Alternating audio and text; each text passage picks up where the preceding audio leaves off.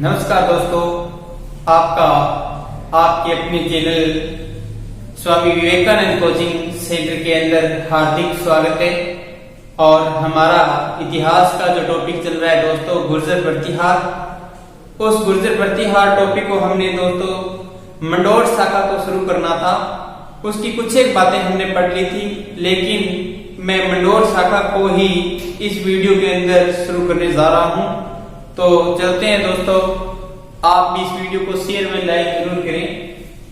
तो दोस्तों, अपनी मंडोर शाखा पढ़नी है, ध्यान से समझना है एक एक बात को। दोस्तों, मंडोर शाखा है प्रतिहारों की। इसके बारे में आपको मैंने ये बता दिया था कि जो गटियाला शिलालेख है, गटियाला जो शिलालेख है दोस्तों, शिलालेख, इस शिलालेख के अंदर बताया गया है कि मंडोर के अंदर एक ब्राह्मण रहता था। कौन रहता था? एक ब्राह्मण रहता था। और इस ब्राह्मण का जो नाम है दोस्तों, वो हरिश्चंद्र था। क्या नाम था? हरिश्चंद्र नाम का एक ब्राह्मण रहता था। और ये दोस्तों विद्वान होने के कारण इसको क्या कहा जाता था? तो इसका दूसरा नाम है वो रोहिल्दी के नाम से भी जाना जाता था। रोहिल्दी के नाम से भी इसे जाना जाता था। और इस हरिश्चंद्र के दोस्तों दो रानियां थी। कितनी? दो रानियां थी, जिसमें एक तो थी ब्राह्मण रानी, एक तो थी ब्राह्मण वंश की। और जो ब्राह्मण थी उससे जो संतान पैदा हुई वो ब्राह्मण कहलाई। और दोस्तों, जो एक थी क्षत्रिय रानी, एक थी क्षत्रिय रानी। और इस क्षत्रिय रानी से जिसका नाम आता है भद्रा, इसी को दोस्तों भद्राणी भी कहते हैं, भद्रा या भद्राणी भी कहते हैं। अब दोस्तों, इस क्षत्राणी या जो भद्रा है, इसके 4 पुत्र हुए थे, जिनमें सबसे बड़ा था दोस्तों, उसका नाम आता है भोगभट्ट। क्या नाम आता है? भोगभट्ट। ये सबसे बड़ा है। 2 नंबर पे आता है दोस्तों कंदक। क्या नाम आता है? कंदक आता है। और दोस्तों 3 नंबर पे आता है रज्जिल। क्या नाम आता है? रज्जिल। और सबसे छोटा जो पुत्र था दोस्तों, उसका नाम था दह। ये दोस्तों 4 पुत्र थे इस भद्रा के या भद्राणी के, जिसमें भोगभट्ट, कंदक, रज्जिल और दह, ये 4 पुत्र हैं। अब दोस्तों, इनके बारे में ये कहा जाता है कि इन चारों ने मिलकर जो मंडोर है, इस मंडोर के 4 दीवारी का निर्माण करवा दिया। 4 दीवारी का निर्माण करवाया, अर्थात जिसको अपने प्राचीर बोलते हैं, उसका निर्माण इन चारों ने मिलकर करवा दिया। अब क्या हुआ? इसलिए ये जो हरिश्चंद्र है, इसको प्रतिहारों का पिता और प्रतिहार वंश का संस्थापक कहा जाता है। और इसी जो हरिश्चंद्र है दोस्तों, इसको प्रतिहारों का मूल पुरुष या गुरु कहा जाता है। लेकिन इस बात का ध्यान रखना, भोगभट्ट, कंदक और देह, इन तीनों ने दोस्तों क्या धारण कर लिया था? वैराग्य। वैराग्य धारण कर लिया था। और ये बन गए थे संत महात्मा, जोगी फकीर बन गए। अब इनमें से बच गया 3 नंबर, जिसका नाम है रजिल। अब रजिल ने क्या किया दोस्तों? इस मंडोर के अंदर प्रतिहारों का राजवंश शुरू कर दिया। राजवंश अर्थात इस मंडोर पर दोस्तों शासन शुरू कर दिया। और शासन शुरू करने का काम है दोस्तों किसने किया? रजिल ने किया था। और ये कब किया था? तो 560 ईस्वी के अंदर रजिल के द्वारा क्या किया गया? मंडोर पर शासन शुरू कर दिया गया।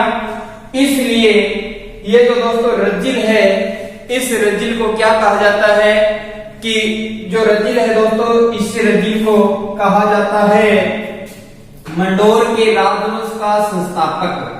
मंडोर के प्रतिहार राजवंश का संस्थापक किसे कहा जाता है? तो दोस्तों रजिल को कहा जाता है, क्योंकि रजिल के द्वारा ही शासन करने का काम शुरू कर दिया गया था। इसलिए दोस्तों रजिल है, उस रजिल को मंडोर के प्रतिहारों का जो राजवंश है उसका संस्थापक कहा जाता है। ध्यान दीजिएगा, गटियाला शिलालेख 2 है, एक तो दोस्तों 837 ईस्वी का है और एक 861 ईस्वी का है। इन दोनों शिलालेखों के अंदर प्रतिहारों की वंशावली के बारे में वर्णन किया हुआ है। उसमें लिखा है कि मंडोर के अंदर एक ब्राह्मण रहता था जिसका नाम हरिश्चंद्र था। विद्वान होने के कारण इसको रोहिलदीप के नाम से भी जाना जाता था, जिसके 2 पत्नियां थी, एक ब्राह्मण पत्नी, एक क्षत्रिय पत्नी। क्षत्रिय पत्नी का नाम भद्रा था, जिसको भद्रानी भी कहते हैं, जिसके 4 पुत्र हुए, भोगभट, कंदक, रजिल और दह, जिनमें ये जो चारों ने मिलकर मंडोर के प्राचीर का निर्माण करवाया। और उसके बाद में ये जो 3 हैं, भोगभट, कंदक और दह, इन्होंने दोस्तों वैराग्य धारण कर लिया। और ये जो रजिल है, इसने इस मंडोर को क्या किया, इस मंडोर पर अपना शासन शुरू कर दिया 560 ईस्वी के अंदर। और इसीलिए इस मंडोर के प्रतिहार जो राजवंश है, शासन करने का जो शुरुआत है वो रजिल के द्वारा की गई। इसलिए मंडोर के प्रतिहार राजवंश का संस्थापक किसे कहा जाता है? रजिल को कहा जाता है। अब दोस्तों मंडोर के अंदर इसने इतना कुछ किया है, तो रजिल ने अपनी राजधानी भी किसको बना लिया? मंडोर को। अब ये चीज दोस्तों अभी पढ़ेंगे, तो आपने इन चीजों को विशेष तौर से ध्यान देना है। अब क्या है दोस्तों, यहाँ रजिल के द्वारा शासन शुरू किया जाता है। किसके द्वारा? रजिल के द्वारा। जो रजिल है ये शासन शुरू करता है दोस्तों 560 ईस्वी में। कहां पर है ये शासन शुरू करता है दोस्तों? मंडोर में। कहां पर है? मंडोर में करता है। तो मंडोर को अपनी क्या बनाता है? ये राजधानी। अब दोस्तों इसने मंडोर को अपनी राजधानी बना लिया, शासन शुरू कर लिया। जब कोई शुभ काम शुरू किया है तो देवताओं को याद करना जरूरी है। इसलिए इसके द्वारा रजिल के द्वारा किसके, जो रजिल है दोस्तों, इसने कौन से देवताओं को याद किया? तो दोस्तों मंडोर में राजधानी बनाने के बाद में इसने मंडोर के अंदर एक यज्ञ करवाया, जिसका नाम क्या है? राजसूय यज्ञ करवाया। ये यज्ञ है, और ये दोस्तों इसने यज्ञ करवाया था। और इसने क्या किया? तो इस रजिल के द्वारा दोस्तों जोधपुर के एक रोहिस्कूप नगर है, रोहिस्कूप नगर। इस रोहिस्कूप नगर के अंदर, इस जोधपुर के अंदर है ये रोहिस्कूप नगर। यहां पर महादेव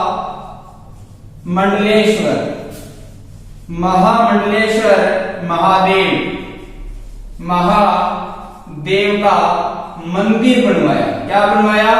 मंदिर बनवाया। ध्यान दीजिएगा, राजसूय भी रजिल ने करवाया। और रोहिस्कूप नगर कहां पर है? जोधपुर में, जोधपुर के अंदर है। और यहां पर इसने क्या किया कि महामंडलेश्वर का एक मंदिर बनवाया। और इस मंदिर के अंदर एक ब्राह्मण पुजारी को रखा था, उसका नाम था नरहरि। नरहरि एक पुजारी रखा या ब्राह्मण रखा। इसके द्वारा जो रजिल है दोस्तों, इस रजिल को राजा की उपाधि दी गई। राजा की उपाधि दी गई। किसने दी राजा की उपाधि? तो राजा की उपाधि है दोस्तों नरहरि के द्वारा राजा की उपाधि किसको दी गई? रजिल को। किसको? रजिल है उसको इसको राजा की उपाधि दी गई। ये दोस्तों ध्यान रखना है आपने। रजिल के द्वारा 560 में मंडोर पर शासन शुरू किया गया और राजधानी मंडोर को बनाई, राजसू यज्ञ करवाया, रोहित स्तूप नगर जोधपुर के अंदर महामंडलेश्वर मंदिर बनवाया। उस मंदिर के अंदर जो पुजारी थे नरहरि ब्राह्मण कवि भी थे, इनके द्वारा जो रजिल है उसको राजा की उपाधि दी गई थी। यहाँ तक का आपको समझ में आ गया होगा दोस्तों। अब अपने बात करेंगे नर जो रजिल है इसके पुत्र नरभट्ट की। ये 1 नंबर शासक था दोस्तों। इसके बाद में नेक्स्ट जो नरभट्ट आएगा। अब अपने बात करेंगे किसकी? नरभट्ट की। जो हमारा 2 नंबर शासक होगा वो है दोस्तों नरभट्ट। क्या नाम है? नरभट्ट है दोस्तों। और जो नरभट्ट है इसके बारे में अपने पढ़ना है। तो इस नरभट्ट ने क्या किया? उपाधि धारण की थी। नरभट्ट ने उपाधि धारण की अपने आप ही। और वो उपाधि कौन सी थी? तो वो उपाधि थी दोस्तों किसकी? पिलापणी की। कौन सी उपाधि? पिलापणी की उपाधि धारण की। किसकी उपाधि धारण की इसने? पिलापणी की उपाधि धारण की। और इसने पिलापणी की उपाधि धारण इसलिए की क्योंकि इस पिलापणी शब्द का मतलब होता है गुरु। गुरु व ब्राह्मणों का संरक्षण करता। इसका मतलब क्या होता है दोस्तों? देखिए, नरभट्ट ने उपाधि धारण की पिलापणी की और इस पिलापणी की उपाधि का मतलब होता है गुरु और ब्राह्मणों का संरक्षण करता। अब नरभट्ट के समय एक चीनी यात्री आया था। चीनी यात्री आया था दोस्तों। और इस चीनी यात्री की मैं बात करूं तो दोस्तों इस चीनी यात्री का बार बार नाम आता रहा है इतिहास में, ह्वेन-त्सोंग। क्या नाम है?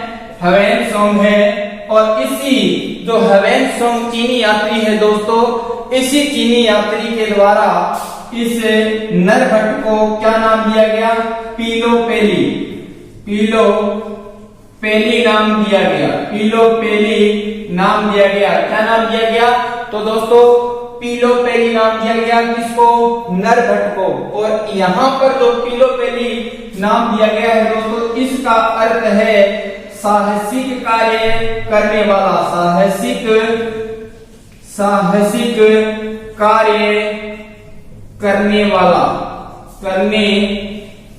नाम दिया गया है।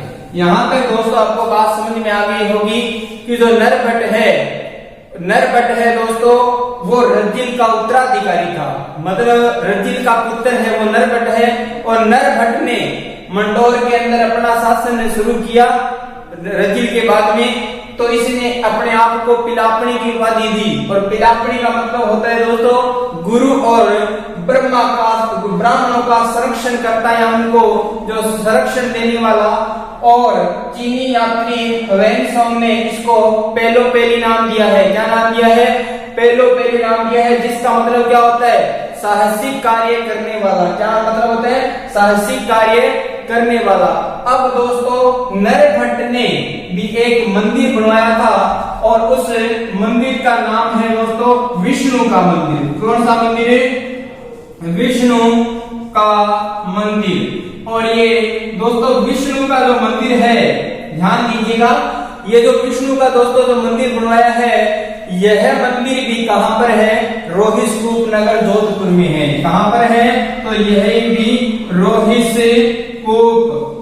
स्तूप नगर जोधपुर के अंदर ही है। ये भी ध्यान रखना है आपने। ये काम हुए थे नरभट्ट के समय। अब अपने दोस्तों नरभट्ट के बाद में अगला शासक पढ़ेंगे। यहाँ तक आपको समझ में आ गया है तो है ना, इसको एक बार और देखोगे आपको अच्छी तरह से समझ में आ जाएगा। नरभट्ट के बाद में दोस्तों नागभट्ट पढ़ेंगे। कौन पढ़ेंगे? अपना तीसरा जो शासक है उसका नाम है दोस्तों नागभट्ट। क्या नाम है? नागभट्ट है दोस्तों। ध्यान रखना, नागभट्ट एक प्रथम आएगा, वो दोस्तों भीनमा जालोर शाखा का संस्थापक। यहाँ पर नागभट्ट प्रथम नहीं है, ये नागभट्ट ही है। अब दोस्तों जो नागभट्ट है इसने क्या किया, अपने साम्राज्य का विस्तार किया था। क्या किया था, साम्राज्य का जो साम्राज्य है, साम्राज्य का विस्तार किया। क्या किया, साम्राज्य का विस्तार किया था। कैसे किया था, तो दोस्तों नाग एक जगह टिकता नहीं है, नाग एक जगह टिकता नहीं है। तो ये देखो जो शासक है तो कहाँ बना था, ये मंडोर में।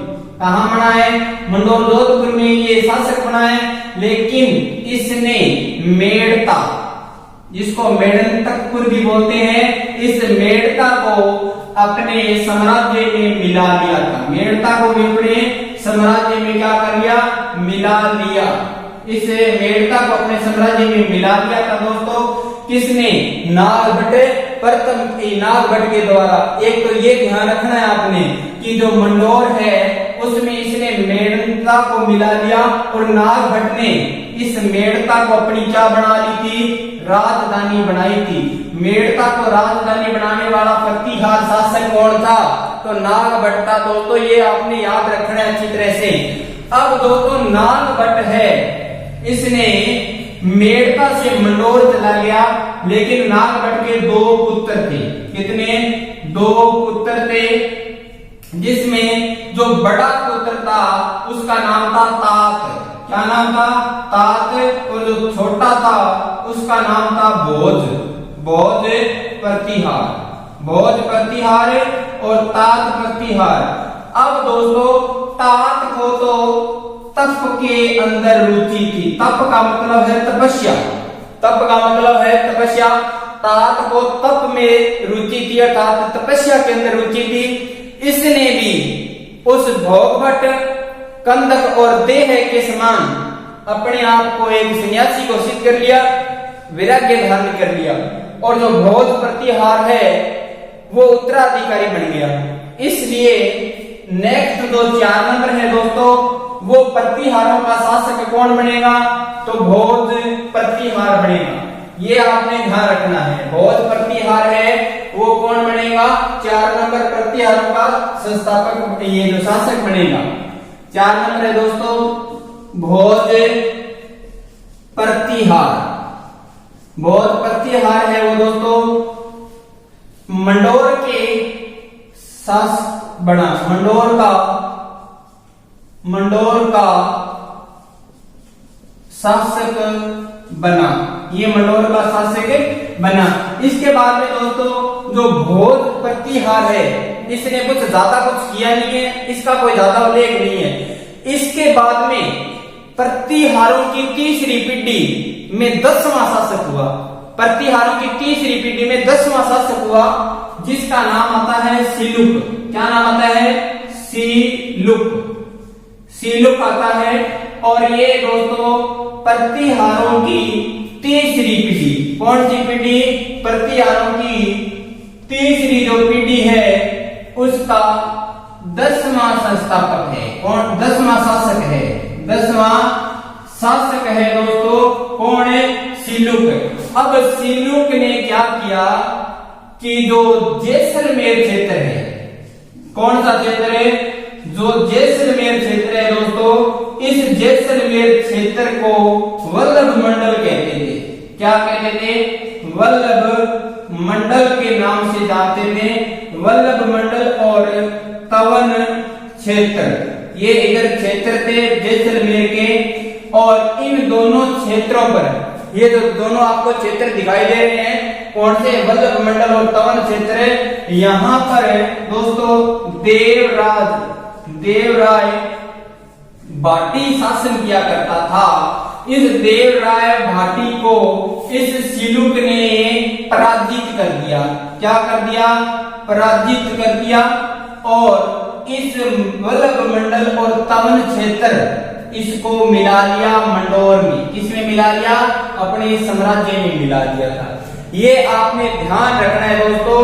और क्या किया था सिलुक ने, तो सिलुक ने शहर, ये दुए वाला शहर है, इससे याद रखना है कि इसने भी सिद्धेश्वर, जो सिद्धेश्वर महादेव है इसका याद रखना, सिद्धेश्वर महादेव का मंदिर बनवाया था। इसने भी जोधपुर के अंदर जो सिद्धेश्वर महादेव का मंदिर बनवाया था, और ये भी दोस्तों ध्यान रखना जोधपुर में। कहां पर है? जोधपुर के अंदर ही है। कौन सा मंदिर? सिद्धेश्वर का। से इधर है, से इधर है। नागभट्ट में दोस्तों रोहिस्कोप नगर में विष्णु का मंदिर बनवाया था, और जो रजिया था दोस्तों उसने महामंडलेश्वर का मंदिर रोहिस्कोप नगर में बनवाया था, और सिलुक से और इधर सिद्धेश्वर महादेव का मंदिर जोधपुर में सिलुक ने बनवाया था। इतनी बातें दोस्तों आपको याद रखनी है। अब दोस्तों अपने आगे बात करते हैं नेक्स्ट प्रतिहार शासक की, जो मंडोर पर जिसने शासन किया था। तो दोस्तों मैं थोड़ा सा तेज इसलिए करवा रहा हूं ताकि ये टॉपिक है जो बड़े में हो जाए और आपके भी सारा सिलेबस है वो समय पर कंप्लीट हो जाए। अब दोस्तों नेक्स्ट है जो सिलुक है। इस सिलुक के बहुत खतरनाक था सिलुक। इसके पुत्र हुआ, और इस पुत्र का नाम क्या रखा? जो इसके पुत्र हुआ उसका नाम रखा दोस्तों जोट प्रतिहार। क्या नाम रखा? जोट प्रतिहार। जोट प्रतिहार, जोट प्रतिहार नाम रखा दोस्तों। अब ये जो जोट प्रतिहार है दोस्तों, ये कोई छोटा मोटा जोट नहीं था, बहुत तगड़ा जोट। ठीक है, एक तो आपने याद रखना है कि जो भैंस और जोटे या अपने जो भी जानवर है इसे भैंस की कैटेगरी वाले, वो दोस्तों ज्यादा पानी में रहते हैं, या वो गंगा में इसने जल समाधि ली थी। गंगा में इसने भी जल समाधि ली थी। गंगा में जल समाधि लेने वाला प्रथम प्रतिहार, जल समाधि लेने वाला प्रथम प्रतिहार शासक है। वैसे तो नागभट्ट द्वितीय भी आएगा दोस्तों, लेकिन ये आपने विशेष तौर से प्रथम याद रखना है, क्योंकि पहला ये है जिसने गंगा में जल समाधि ली थी। अब दोस्तों क्या है कि ये इतना ही नहीं, जोट है दोस्तों, ये संगीत का प्रेमी था। संगीत व कला का ज्ञाता था। संगीत और कला के अंदर बहुत रुचि रखता था, इसलिए तो जोट क्या बजाता था? एकमात्र वीणा वादक। वीणा वादक। ये प्रतिहारों में ध्यान रखना, प्रतिहारों में एकमात्र जोट प्रतिहार जो वीणा वादक है दोस्तों, ये ध्यान रखना है आपने। और एक बार प्रश्न पूछा गया कि रावल जाति को, कौन सी जाति को? रावल जाति को अपने दरबार में रखने वाला, दरबार में दरबारी के रूप में रखने वाला प्रतिहार शासक कौन था? तो जोट प्रतिहारी था दोस्तों। ये बात समझ में आ गई। अब जो जोट है दोस्तों, अब जोट के जो लड़का हुआ उसका नाम क्या रखा गया? तो जोट के जो लड़का हुआ उसका नाम दोस्तों रखा गया बिल्लादित्य। क्या नाम रखा?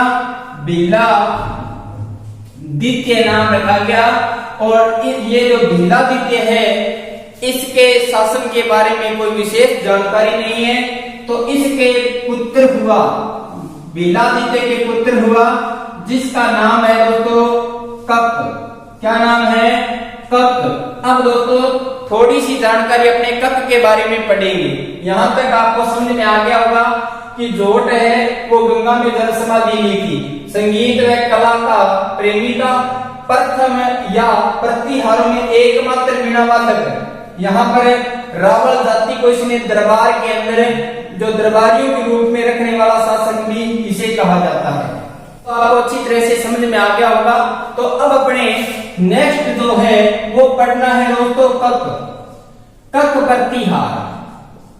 कक प्रतिहार के बारे में पढ़े दोस्तों, तो इसमें दो शब्द जो कै है वो पूरे हैं। तो इसका मतलब है इसने दो काम पूरे किए थे। कौन कौन से? इसने दो शादियां की थी, दो शादियां की थी। एक तो की थी इसने भाटी वंश की पद्मिनी से, भाटी वंश की रानी थी जिसका नाम था पद्मिनी, पद्मिनी का। और एक का नाम दोस्तों था दुर्लभ देवी। अब दोस्तों क्या है, ये जो भाटी वंश की पद्मिनी है इससे इसको बाहुक नाम का पुत्र हुआ, और दुर्लभ देवी से इसको कक्कूक नाम का पुत्र हुआ। ये ध्यान रखना है, आपने नाम याद रखने पड़ेंगे आपको। कक जो प्रति आ रहा है, इसने एक तो भाटी वंश की पद्मिनी से शादी की और दूसरी दुर्लभ देवी से शादी की। जो भाटी वंश की पद्मिनी है उससे बाउक नाम का पुत्र हुआ और जो दुर्लभ देवी है उससे कक्कूक हुआ। यहाँ तक दोस्तों आपको समझ में आया होगा। अब जो कक प्रतिहार है दोस्तों, ये नाग भट्ट द्वितीय का सामंत था। द्वितीय का सामंत था और इस नाग भट्ट द्वितीय का सामंत होने के साथ साथ में और क्या था कि बंगाल के अंदर जब नाग भट्ट द्वितीय युद्ध करने गया था, कहां पर, बंगाल के धर्मपाल के खिलाफ। धर्मपाल जो पाल वंश का शासक था, उसके खिलाफ जब युद्ध करने गया तो कक प्रतिहार नाग भट्ट प्रथम के साथ गया था। ये ध्यान रखना आपने। अब जो कक प्रतिहार है दोस्तों, इसको क्या क्या कहा जाता है, तो इसको दोस्तों अपने कह सकते हैं कि इसको जब व्याकरण व ज्योतिष शास्त्र का ज्ञाता था ये, और ज्योतिष शास्त्र में व्याकरण का ज्ञाता के साथ साथ में इसको दोस्तों कवि भी कहा जाता है। क्या कहा जाता है, कवि के नाम से भी जाना जाता है। अब दोस्तों इसका पुत्र जो 9 नंबर है उसका नाम आया है बाउक। अपने अभी बड़ा है बाउक। इस बाउक ने दोस्तों 837 ईस्वी में एक प्रशस्ति लगवाई थी। एक प्रशस्ति लगवाई थी मंडौर में। कहां पर है, मंडौर के अंदर एक प्रशस्ति लगवाई और उस प्रशस्ति के अंदर एक प्रतिहारों की वंशावली लिखवाई। प्रतिहारों की वंशावली का उल्लेख करवाया था किसने, बाउक ने। और ये जो 837 ईस्वी की दोस्तों जो प्रशस्ति है वो विष्णु मंदिर में है। कौन से मंदिर में है, विष्णु के मंदिर में है। विष्णु के मंदिर के अंदर लगी हुई है प्रशस्ति दोस्तों, ये आपको पता होना चाहिए।